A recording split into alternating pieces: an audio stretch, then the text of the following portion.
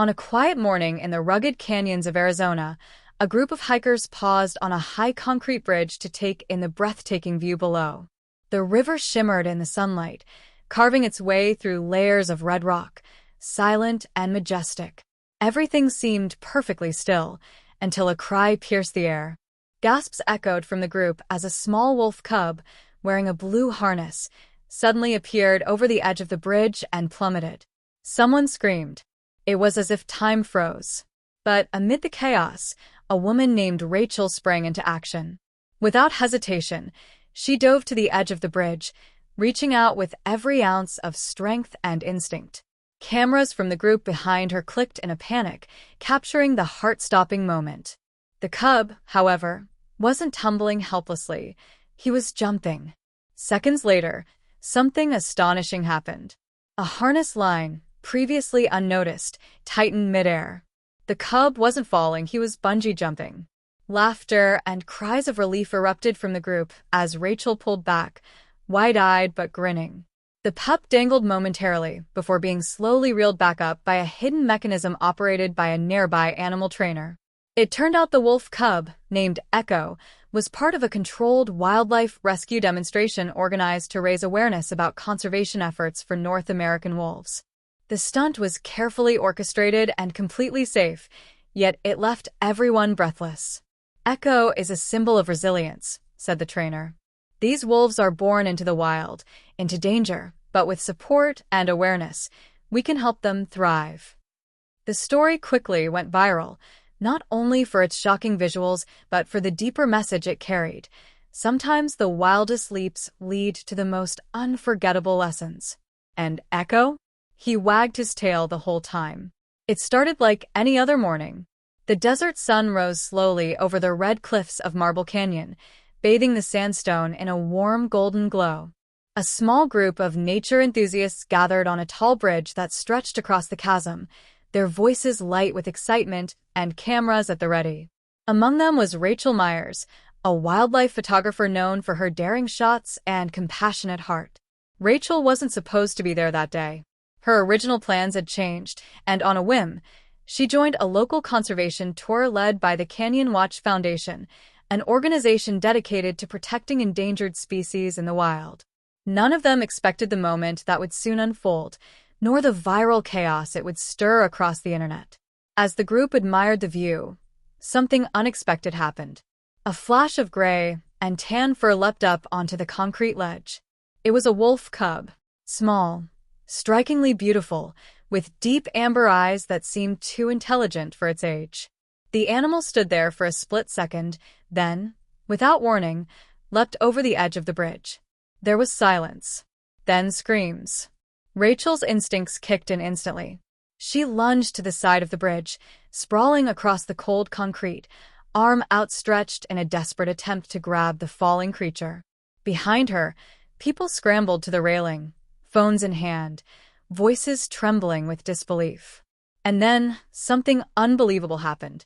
Instead of plummeting into the canyon below, the cub bounced midair, gently swaying back and forth, suspended by a strong elastic harness and cable. Confused gasps turned into laughter, and eventually into applause, as the group realized the truth. The cub, named Echo, was part of a controlled wildlife demonstration, a dramatic awareness campaign designed to make people care. And it worked. Echo had been trained, under careful supervision, by a wildlife rehabilitation team. The jump was designed to simulate the kinds of risks wild animals face every day, crossing highways, navigating cliffs, escaping predators. The difference? Echo had a safety net. Most wild wolves don't. But this was only the beginning. After Echo was pulled to safety, the trainer, Dr. Maria Lang, head of the Canyon Watch Foundation, gathered the stunned group and explained the deeper meaning behind the demonstration. We created this moment because we needed you to feel it. Wolves in the wild are falling to habitat loss, poaching, environmental collapse. But we can catch them if we act in time. Rachel, shaken but inspired, stayed behind after the group left. She knelt beside Echo, who nuzzled against her hand with surprising calm. In that moment, something shifted in her. She didn't just want to take photos anymore. She wanted to tell their stories. Over the next few weeks, Rachel embedded herself with the Canyon Watch Foundation. She followed Echo's journey through training sessions, vet checkups, rewilding trials. The pup, originally rescued from a poacher's trap, had grown stronger, more confident. And Rachel was there every step of the way, camera in hand, heart wide open. Together, they traveled deep into protected wolf territory, where a reintroduction program was underway. Echo would one day return to the wild, fitted with a tracking collar, monitored only from afar. But before that day came, Rachel documented his bond with the team, his curious exploration of the forest, his cautious howls at twilight. The footage went viral. Millions of people watched Echo's story. Donations poured into the foundation. Politicians, pressured by public support, passed new protections for the region's dwindling wolf populations. What started as a dramatic fall became a rising call for action. And then it was time. One crisp autumn morning, Echo was released into the wild. Rachel, tears in her eyes, stood at the forest edge as he bounded into the trees, free at last. He paused once, looking back. Their eyes met. No words were needed. From the edge of a bridge to the edge of the wild, Echo's journey had changed more than just his fate. It had changed hers, too. And just as the wind rustled the leaves behind him, a distant howl echoed through the canyon, followed by another and another. He wasn't alone. Weeks passed since Echo disappeared into the dense forest beyond the canyon. Rachel Myers still remembered the exact sound of his final howl, raw, proud, and haunting. She had thought that chapter closed, but some stories don't end when you think they do. She returned to the city, changed. Her gallery, once filled with still portraits of mountain landscapes and animals frozen in time, now pulsed with life. Images of Echo's journey covered the walls. But with each passing day, something inside her felt unfinished. Then one late night, her phone buzzed. Echo's signal just went dead. The message came from Dr. Maria Lang.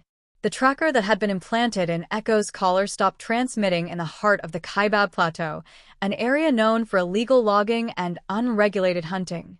It was off-limits, dangerous, remote, and silent. Rachel didn't hesitate. She packed her gear and drove all night into the wilderness. A forest with no sound. The deeper she went, the quieter everything became. The towering pines, once home to birdsong and rustling deer, stood like sentinels guarding secrets. Locals spoke in hushed tones about vanishing wolves, gunshots at dusk, and the scent of smoke in the air. There were rumors of a shadowy group, poachers disguised as loggers, using illegal clear-cutting as a cover. Rachel followed Echo's last known coordinates. On the third day, she found a clue, a scrap of blue fabric, part of Echo's harness. Caught on a branch, miles from where the